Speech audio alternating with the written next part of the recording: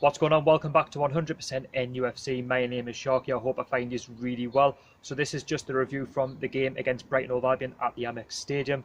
Full time, Brighton Hove Albion 1, Newcastle United 1, in which was always going to be a tight game, a close one to call before kick-off. Now, going into this game, it had an end-of-season feel about it. You know, you've got us with nothing really to play for, just points, whereas opponents, Brighton, they had to play for the points. You know, they needed the points to try and pull away from Cardiff in the relegation zone. Now, going into this game before a ball was even kicked, Cardiff played earlier on in the day and they lost by a goal to nil to Fulham. So they knew that Fulham had done them a favour. And when the ball was kicked, they knew that they needed to get the points to pull away from Cardiff in that last relegation spot. Now, going into the game, this is the team that Rafa Benitez picked. Rafa was forced into two changes, one being captain Jamal Lascelles, who was out with an illness throughout the week, so he was replaced by Fabian Shaw. Then also captain Jamal Lascelles, his armband was given to John Joe Shelby, who come into the midfield for the first time in a long time, as Almiron was injured in the game against Southampton last week. Now, it was nice to see Shelby back into the game because I felt that, you know, he has played well in part of the season, and obviously he's been frozen out because Almiron's obviously played really, really well. Now, going into the game, I was quite surprised at how defensive Brighton were in the first half. I was expecting Brighton to come out and have a go because they needed the points, and we didn't really have anything to play for apart from points. And not really too much happened in the first half. You know, it was all of us. You know, we had a lot of the possession, but not really doing too much with it. The first sort of worry was when Duffy challenged Ayoze Perez in the box. I mean, it was never a penalty, but he went down and his side went, and he was playing through a bit of pain. But then on 18 minutes, when the game wasn't really going anywhere, we took the lead through Ayoze Perez, scoring his 12th goal of the season. So it was good play by Paul Dummett. Nobody was picking him up, so he just ran towards the penalty box, crossed it in to Rondon, who was unmarked. He just chested it across to Ayoze Perez, who was unmarked yet again, poor by Brighton.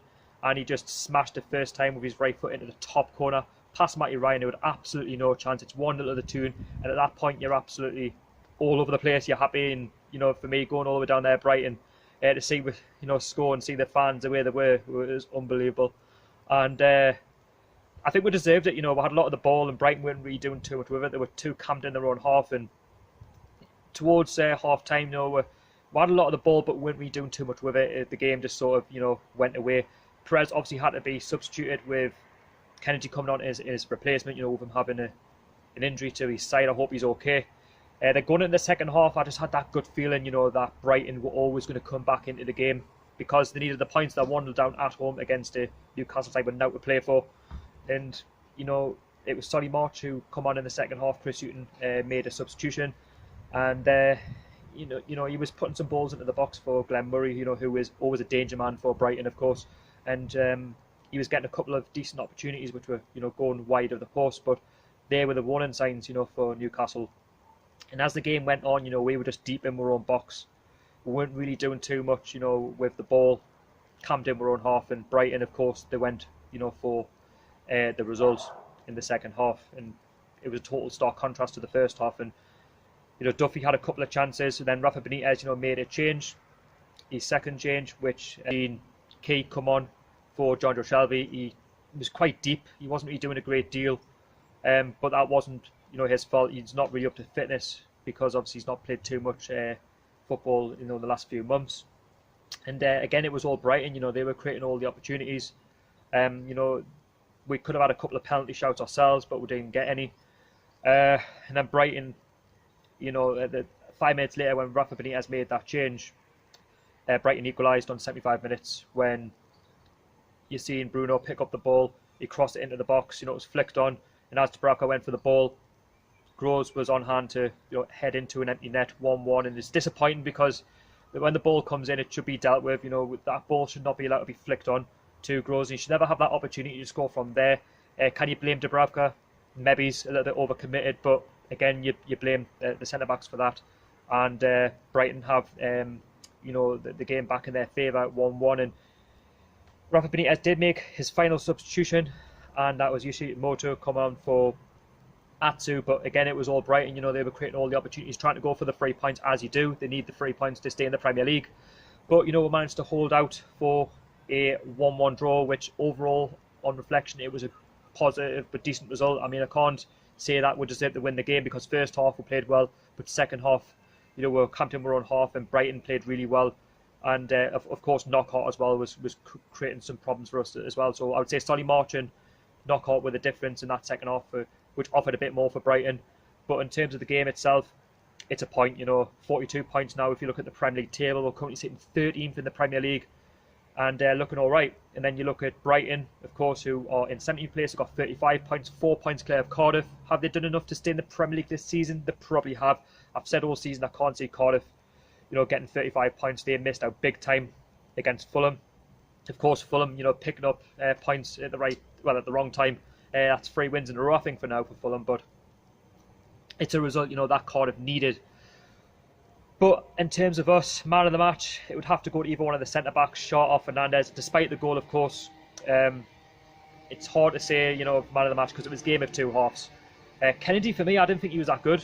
First half, you know, when he come on for Jose Perez, I wouldn't pay the 30 million price tag for Kennedy, in my opinion. I don't think he's really been at it this season, which is quite disappointing. You let know down below in the comments. But in terms of the game itself, fair result, you know, and I hope Brighton stay up for Chris Hughton, because I like Chris Hughton as a manager, and it's a shame to see him struggle, because he's done so well, you know, at Newcastle United under probably similar circumstances. Now, next up for Newcastle United, of course, is the game against Liverpool at St James's Park. It's a 7:45 kickoff on the Saturday. It's sold out.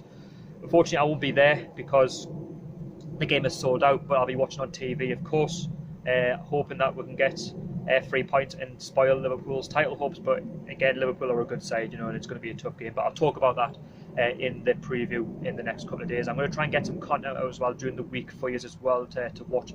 And just before I go, don't forget to follow me on Instagram, 100% NUFC. I'm trying to get 500 followers, so if you can go along there and drop us a follow, that would be amazing. Same could be said with Twitter as well, 100% NUFC. Drop us a follow on that.